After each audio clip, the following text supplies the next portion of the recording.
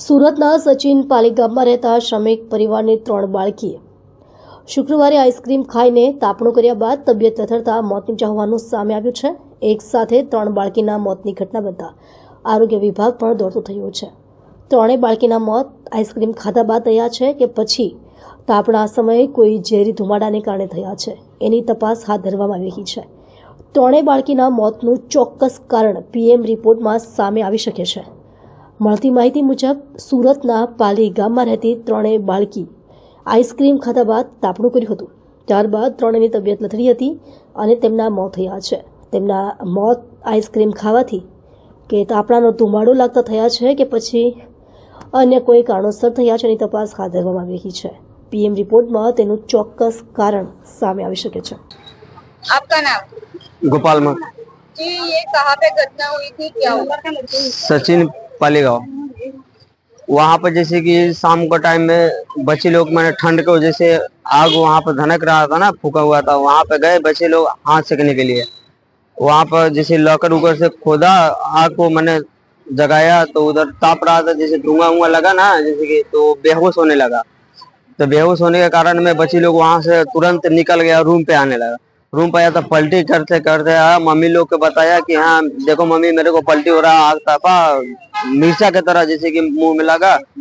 और रूम पे हम आए पलटी उल्टी होते हुए, तो मम्मी के लोग घबरा कर हॉस्पिटल में तुरंत ले गए कि हाँ क्या हुआ बच्ची को।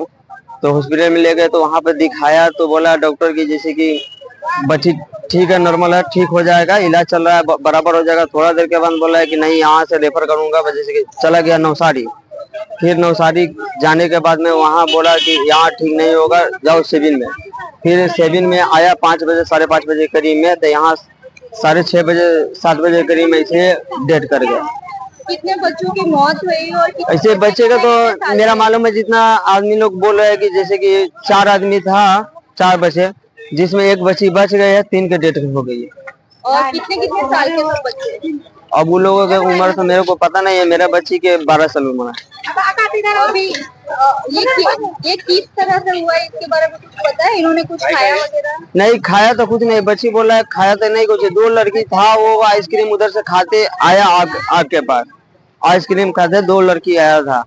ये बच्ची बता रहा है कि ये लोग नहीं खाया था, बोला कि हम लोग नहीं खाए थे, खाली आग ताप रहे। तो वो लोग भी आइसक्रीम खाकर आग तापा, यहीं पे सब लोगों को मैंने खांसी उसी होने लगा, पलटी उल्टी होने लगा। तो तुरंत सब वो अपना अपना रूम में भाग गए। रूम में जाने के बाद में मम्मी को बताया कि पलटी हो रहा है, जैसे कि पलटी होने के कारण गार्जियन घबराहट हो जाएगा ना, तो हॉस्पिटल में जाके एडमिट किया। जी सर, 3 બાળકોના મોત નિપજ્યા છે, કઈ રીતે પીએમ પ્રક્રિયા હાથ ધરવામાં આવી છે? પ્રાથમિક કારણમાં શું જાણવા મળી રહ્યું છે? બોડી તો 2 બોડી ડેડ બોડી પોલીસ લાવી છે ખાનગી હોસ્પિટલમાંથી। સચિન જીઆઈડીસી પીસી કમલેશભાઈ સવારમાં લાવ્યા છે। એક અમૃતા કુમારી, એની ઉંમર વર્ષ 14 છે, અને અનિતા કુમારી, એની ઉંમર વર્ષ 8ની છે। બંનેના એડ્રેસ છે કાલી મંદિરની બાજુ પાલીગામ સચિનથી લાવેલા છે, અને ખાનગી હોસ્પિટલમાંથી પોલીસ મૃત હાલતમાં લાવેલી છે પોસ્ટમોર્ટમ માટે। અને બીજું એક પેશન્ટ છે દુર્ગા કુમારી, જે 12 વર્ષની ઉંમરની છોકરી હતી, અર્જુન 4 ન્યૂ કોલોની પાલીગામ સચિનથી લાવેલા, અને સારવાર માટે વહેલી સવારે લાવેલા, અને ટૂંકી સારવારમાં એને દાખલ કરતા એનું પણ મોત નિપજેલ, અને ડેડ બોડી પીએમ અર્થે મૂકેલી છે। સર, એક ચોથો બાળક પણ કંઈક એડમિટ છે? ચોથા બાળકની વિગત અમારી પાસે કોઈ છે નહીં। અચ્છા, પ્રાથમિક તારણ શું આવી રહ્યું છે? પ્રાથમિક કારણ તો હવે પોસ્ટમોર્ટમ વાળા ડોક્ટર નિશાબેન છે, એમને પૂછો તો આઈડિયા जो घटना बनी थी, घटना हुई थी और किस प्रकार की गुजराती में पहला पहला हिंदी में बोले हमारे हिंदी चाहिए। पहला गुजराती में सर, गुजराती में सर શું ઘટના બની? સચિન પાલી ગામની ઘટના છે। ત્યાં 3 બાળકીઓ ગઈકાલે રમતા રમતા કંઈક તાપણું કરેલું હતું, ત્યાં પણ એ લોકો કંઈક સળગીને કંઈક ધુમાડો ગયો એવી પણ હિસ્ટ્રી છે। અને આઈસ્ક્રીમ ખાધાની પણ ઘટના છે। પણ આજે સવારે અત્યારે એક મધરને મળ્યા, જેની બાળકી એક્સપાયર થઈ ગઈ છે, અહીંયા જ સામે જ છે, આપ પણ હતા।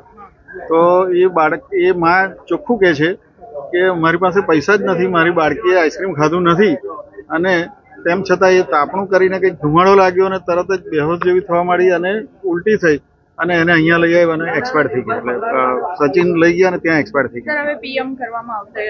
હા, પીએમ કરાવીશું, એટલે જે કંઈ સાચી હકીકત હશે તે બહાર આવશે। હાજરીમાં અમે જગ્યા જોઈ છે અત્યારે, અને ત્યાં આગળ કચરો જે છે પ્લાસ્ટિકની કોથળીઓ સળગાવવાથી ધુમાડાના કારણે થવાની પ્રાથમિક દ્રષ્ટિએ જાણવા મળી રહ્યું છે. છતાં જે 3 દુઃખદ મૃત્યુ થયા છે બાળકોના, એનું પીએમ કરવામાં આવશે. પીએમ પછી એક્ઝેક્ટ કારણ જાણવા મળશે. અને આ જે જગ્યા છે એમાં અમે FSL બોલાવીએ છીએ. FSL દ્વારા સેમ્પલ કલેક્ટ કરવામાં આવશે. પછી આગળની તપાસ જેમ થશે એમ તમને જાણ કરીશું. આ ઘટના પછી પૂરા સાહેબ સચિનના પાલી વિસ્તારમાં પ્રાથમિક તબક્કે એવી ઘટના છે કે 3 બાળકીના ફૂડ પોઈઝનિંગ થવાથી કંઈક ડેથ થયા છે, સિવિલથી એવા સમાચાર આવ્યા છે. તેની તપાસ અંગે અમે અહીંયા સ્થળ પર એના ઘરની આજુબાજુ એક્ઝેક્ટ શું છે તે જાણવા માટે અહીંયા આવ્યા છે. સર, વોર્ડ નંબર 30 પાલી વિસ્તાર પરપ્રાંતીય વિસ્તાર છે. અહીં સુરત મહાનગરપાલિકાની કોઈ જાતની કામગીરી જોવા નથી મળતી. આજે આ ઘટના પછી અહીંયા SMC દ્વારા દવા છિડકાવ સાફ સફાઈની કામગીરી શરૂ થઈ. કેટલું ચોક્કસ તમારી વાત હમણાં હાલ અમને પણ દ્રશ્ય એવા જોવા મળ્યા છે, પણ જ્યારે વોર્ડની કે કંઈ મિટિંગ હોય ત્યારે સફાઈ પર અમે વધારે જોર હોય છે. ડૉક્ટરને પણ વારંવાર આ માટે અમારી ચર્ચા તથા એમને ટોક કરવામાં આવે જ છે અને એમને સૂચના આપવામાં આવે છે. પણ હાલ જોયું અમે તમારી સાથે જોડાઈને એ લોકોની કામગીરી અહીંયા આગળ શૂન્ય હતી. એના માટે એ લોકોને પણ ઠપકારો આપવામાં આવશે તથા યોગ્ય એ લોકો પર કાર્યવાહી થાય એવી SMCના DMC ઝોનમાં તેમજ આરોગ્ય અધિકારીની રજૂઆત કરવામાં આવશે. અયોગ્ય નાસ્તો, એક્સપાયર ડેટની દવાઓ, ફૂડ, ઘણી કમ્પ્લેનો થતી છે, પણ સુરત મહાનગરપાલિકા ત્યારે ક્યારે ઊભી નથી. જ્યારે કોઈ તહેવાર પ્રસંગ હોય ત્યારે એ લોકો ફૂડ વિભાગે જાગૃત થાય છે. એવું કેમ? હાલમાં તો મારા ધ્યાન પર આવ્યું હતું ઝુંબેશ અહીંયા આગળ એક્સપાયર ડેટવાળાની પણ ચાલુ કરવામાં આવી જ હતી. વારંવાર દુકાનવાળાને જે કંઈ જથ્થો મળતા હોય તે નાશ કરવામાં આવે છે. તે છતાં પણ કોઈ આવા શરત ચૂકતી હતા કોઈ જવાબદારીથી રહી ગયા હશે તો તેમને ચોક્કસ દંડનીય કાર્ય કરવામાં આવશે.